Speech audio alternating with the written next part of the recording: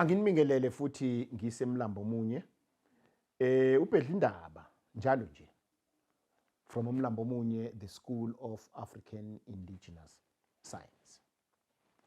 Lana mfowethu nawe dadewethu, mntanami, sisiwethu, dadewethu, mfowethu nawe baba mkhulu gogo. Kunombuzo uyingihluphe ukuthi ngempela njengoba sengikhulume ngesibaya, izini ezinye izinto ezisihluphayo nezisihlukumezayo ezigcina zenza ukuthi singaphumeleli kangaka, zenza ukuthi sihlupheke kangaka. Uyazi kukhona into elula, ukuhlukunyezwa komama, ukuhlukunyezwa kobaba, ukuhlukunyezwa kwezingane. Bese uhulumeni faka ama-billboards abangahlukunyezwa, ama-adverts ko-TV, ama-adverts emaphepheni. To me, that's a waste of money because we know the truth. Asibuyele emuva. Umuntu omnyama wayelusa eqhathwa. Umfana nengqwele ezazimtraina ukuthi uyini omunye umfana eduze kwakhe. Uyini umuntu wesifazane. Umuntu wesifazane babe namaqhikiza nani njalo ayibatshela. Nama stages umuntu wesifazane. Enzelwa izinto umuntu wesifazane. Imbeleko bobabi nomfana. Umhlonyana umuntu wesifazane. Umemulo uma ukuthi uyadingeka, which actually umkhuba rather than isiko, usiko rather than isiko. Bese kuthi umfana uma ngabe eceliwe kumbe ekhungiwe abongwe. Esinye isihloko engizokhuluma ngaso leso. Manje bese uthola ukuthi kukona konke lokho sinalokushayeka nokudideka okwenzakala kuthina. Lento ke iyahamba ingihluphe bese ngibuyele ekutheni ngenkathi zazikhona emandulo lezo sase sizireplace ngani. Uhulumeni wobandlululo wafaka ama-scouts, ama-girl guides, yonke lento and so on. Safika thina sakhiphiza. Inyanga besimame le, inyanga yomama ngo-August. Si celebrate omama abahamba bamasha ngo-1956.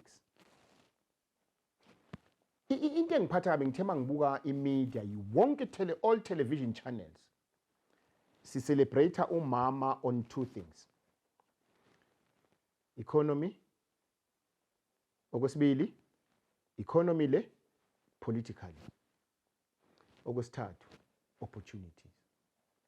Ngimini ithule leyo nto ayisho lutho. Omama bamasha ngo-1956. Yebo, it was under a political banner, but basukunyiswa yini? Basukunyiswa yinsekwa. Umuntu wesifazana ngikhathala ungathini unenseka. Ingane ilalela kimi. Bathi labo mama ngeke ingane zethu ezilalela kuthina. Ziphathele lo doti lo, amapasi, asambeni. Khohlwa ipolitiki ne-economy.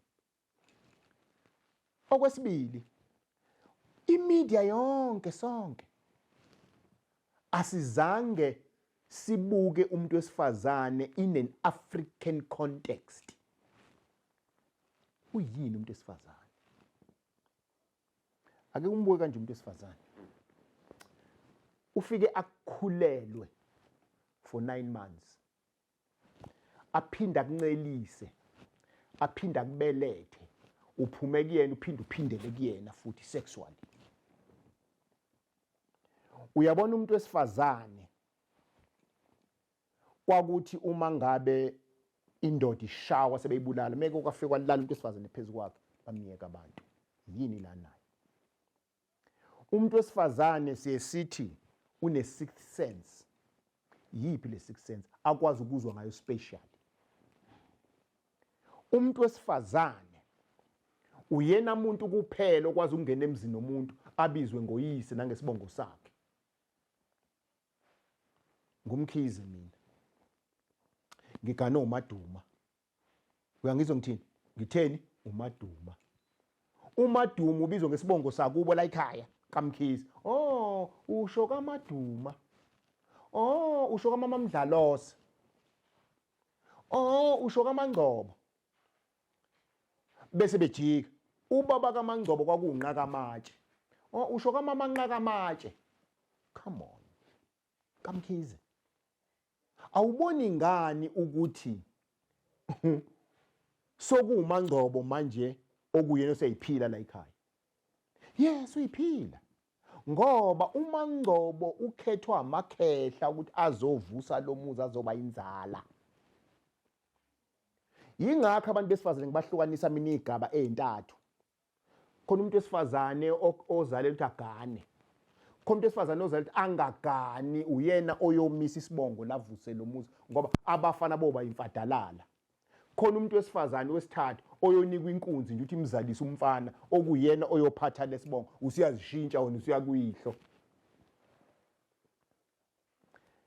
ngakho silahleke nje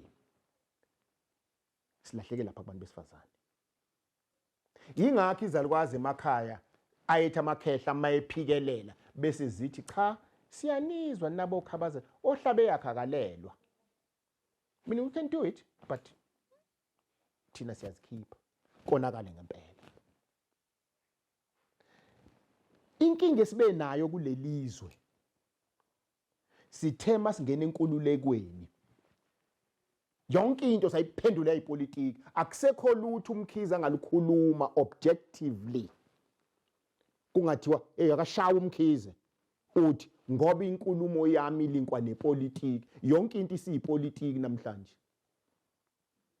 yingakho ke nje sihlukumeza abantu besifazane nezingane ngoba satsheliwe ukuthi umuntu wesifazane uyini ngabe ezikoleni kuyafundisa ukuthi yini umuntu wesifazane yini umuntu wesilisa then kuzozenzakalela ukuthi bese kuthiwa yini ingane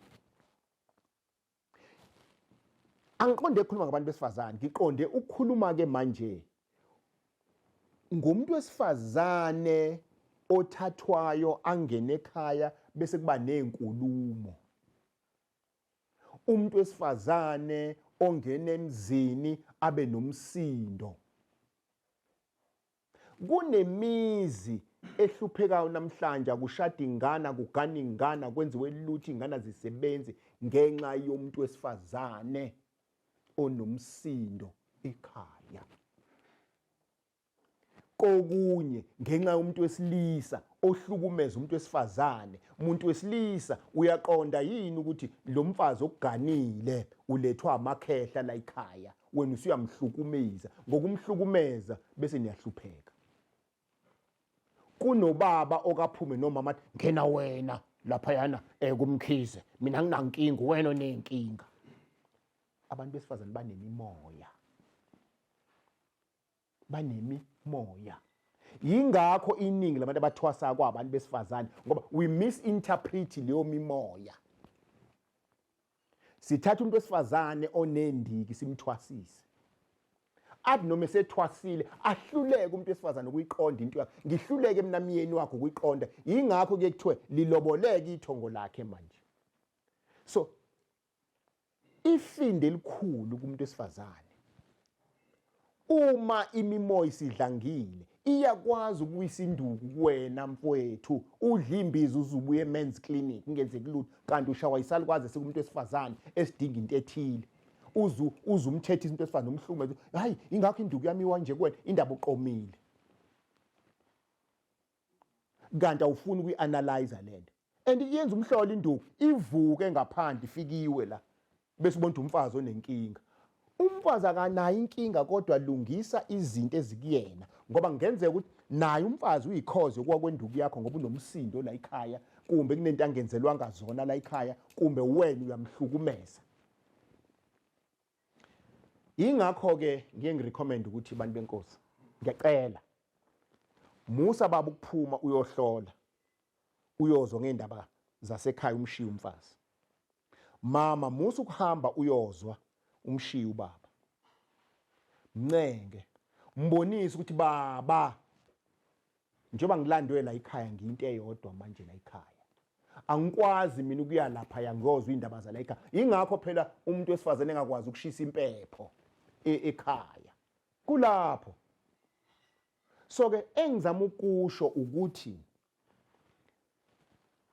yonke into siyithathe ngokwepolitiki sayithatha ngokomnotho. Sangabheka ukuthi we as Africans, what is a woman?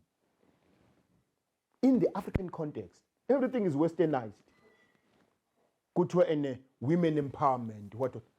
Bakwethu, umuntu wesifazane vele unama powers akhe aziwayo ngokwesintu. Kuphela ayehlonishwa. Wawushawa kuqala uma uyindoda uma kuthiwa uhlukumeza umfazi. Wawushawa. Uma nixabana ekhaya ubaba nomama kwakubizwa uzalwe. Kuxoxwe. Namhlanje kuyadivorce. Uthi usudivorcile kanti uthelwe ngenyongo. Bese bekhona bathi hayi ungayigeza leyo nto ngembuzi. Besho bedlala ngawo. Ake sibambeni sibheke lento. Sinekole, sinamasonto, sino TV, sinama radio, everything. Sahluleka sinama structures bantu benkosi to explain what is a woman in an African context. Umuntu wesifazane unesisindo esingakanani ebalini. And what is a man in an African context? To me, umuntu wesifazane is a holding company which can actually abuse its power. Mawubheka i-holding company ama-powers enayo nokuthi lawo ma-powers angawabuse kanjani kulula. So nomuntu esimame kunama-powers kodwa kulula ukuthi a-abuse futhi chitheke umuzi. Lento ikabili. Ngizama ukuthi uma uMaduma ezoba ngumsindo la ekhaya afika la ekhaya kwakhe athi ushintsha izinto la ekhaya ngizoshayeka mina kufatalale. Uma mina ngizomhlukumeza ngimphathe kabi alale ekhaya imihla namalanga ngizoshayeka mina. Kunodaba engeke ngadlala okhozini oluhle kabi. Umama wayeshadile wathola ingane eyodwa kwasekuvaleka. Sebeyamblame emzini nomyeni wakhe baba ngumsindo ya wena ufuna uthola ingane uyithola inini. Wafika uma wakhe ebusuku athi mntana nami ngikhathele nomsindo. Nansi ingane mi wayithola ingane. Bajike basemzini hayi usuqome phi la uyithole khona. Wagcina divorce. Ngitshele nje silezo siphithiphithi. Ngizama ngenkulumo zami ukuthi kuningi okufanele sikubheke ngaphambi kokuthi sihambeni bakwethu sithi siyozwa ngoba sizolahlwa la sithi siyozwa khona. Isemlambo omunye la ngikhuluma khona the School of African Indigenous Knowledge la mawufuna ukuzwa ukuthi 087110055 noma 0100075294/5. Ngiyabonga.